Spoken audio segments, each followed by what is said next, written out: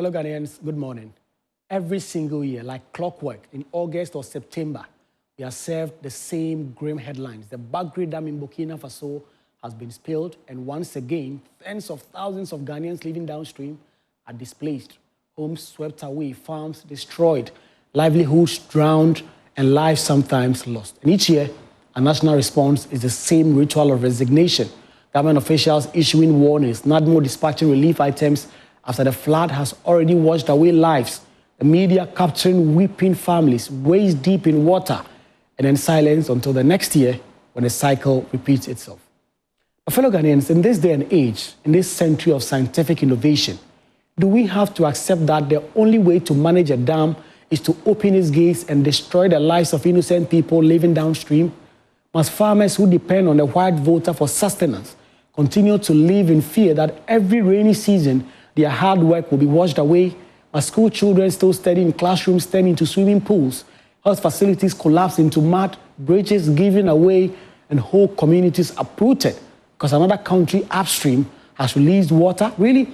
The Bagre Dam was not built yesterday. It has been in existence since 1992. It was built to support agriculture and electricity generation in Burkina Faso. Yet year after year, its mismanagement becomes Ghana's burden. What we have never lacked, however, when it comes to some of these matters, is the foresight and creativity and political will to turn this curse into a blessing. But we are not acting. Because water released from a dam should never only mean destruction.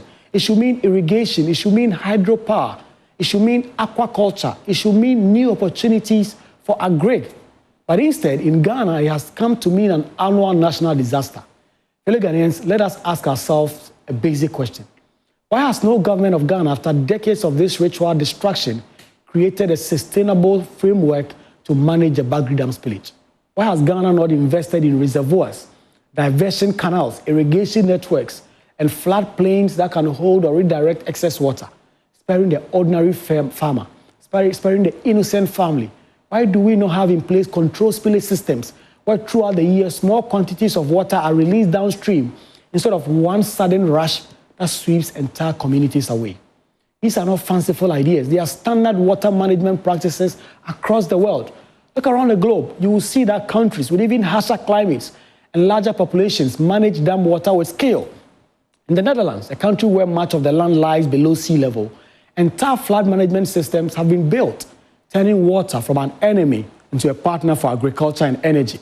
In Egypt, right here in Africa, the Aswan High Dam on the Nile does not simply flood every year. It is controlled to support irrigation for millions of hectares of farmland, feeding tens of millions of people. In India, large-scale dam systems, among the Ganges River, for instance, not only provide hydroelectric power, but channel water into irrigation canals so that downstream flooding is minimized and food production maximized. Even closer to home, South Africa's Orange River dams have been used for irrigation and managed spillage, making it possible for arid areas to sustain agri. But in Ghana, what happens? Every year, we are waiting for Burkina Faso to notify us that they are opening the Bagre Dam, and we issue warnings through NADMO and the Ministry of Water Resources, and that's it. And after the spillage, we dispatch relief items, bags of rice, mosquito nets, cooking oil, and mattresses, while thousands of families stand over wreckage of farms that represent their entire year's income. Farmers who cultivate rice, maize, and vegetables along the White Volta watch helplessly as their crops, which are supposed to feed their families and the nation, are swallowed by torrents. Families rebuild mud homes only for them to collapse again the next year. Entire communities from Poalugu to Walewale, from Kwasempe to Zebila, live in a permanent cycle of reconstruction and despair. And here's the cruel irony. Ghana is food insecure, yet water that could irrigate vast tracts of land and increase agri productivity is wasted in floods. Ghana is energy insecure, yet water that could generate hydropower in smaller, decentralized plants is allowed to flow unchecked. Ghana is plagued with youth unemployment, yet water that could sustain fish farms and agro-industrial projects is treated as a natural disaster. Fellow Ghanaians, this is not only mismanagement, it's a monumental failure of vision. Let us remind ourselves of history. In 2007, one of the West Bagre Dam spills combined with torrential rains to displace over 300,000 Ghanaians in the northern part of the country, wiping out crops, collapsing bridges, and triggering a humanitarian crisis. In 2010, more than 150,000 people were again displaced. Schools, hospitals flooded, and entire farming seasons lost. In 2018, thousands of hectares of farmland were submerged and homes in the upper east and northern regions destroyed. In 2020, just 5 years ago, the spillage left over 26,000 people displaced, but rice farms stretching acres turned into wastelands of water. These are not abstract statistics. They are stories of broken families, lost livelihoods, and a people trapped in a vicious cycle of despair that repeats almost every decade without meaningful intervention. Now imagine for a moment if this same water, instead of displacing people, was redirected into an irrigation scheme feeding the breadbasket of the north. Imagine this water was harnessed through the Pualugu multipurpose dam project, which has been on the drawing board for decades, but still remains a phantom project. That project, when launched, was supposed to be the answer, a dam to generate power, a dam to help all of us provide irrigation for over 25,000 hectares and control flooding from Bagre. What has it become of it? Scandal, corruption, delay, underfunding, and now near silence. Meanwhile, the floods continue, fellow Ghanaians. We must stop normalizing destruction. It is unacceptable that in 2025, we still treat the Bagre Dam spillage as an act of God, when it is in fact a man-made problem with clear, solvable solutions.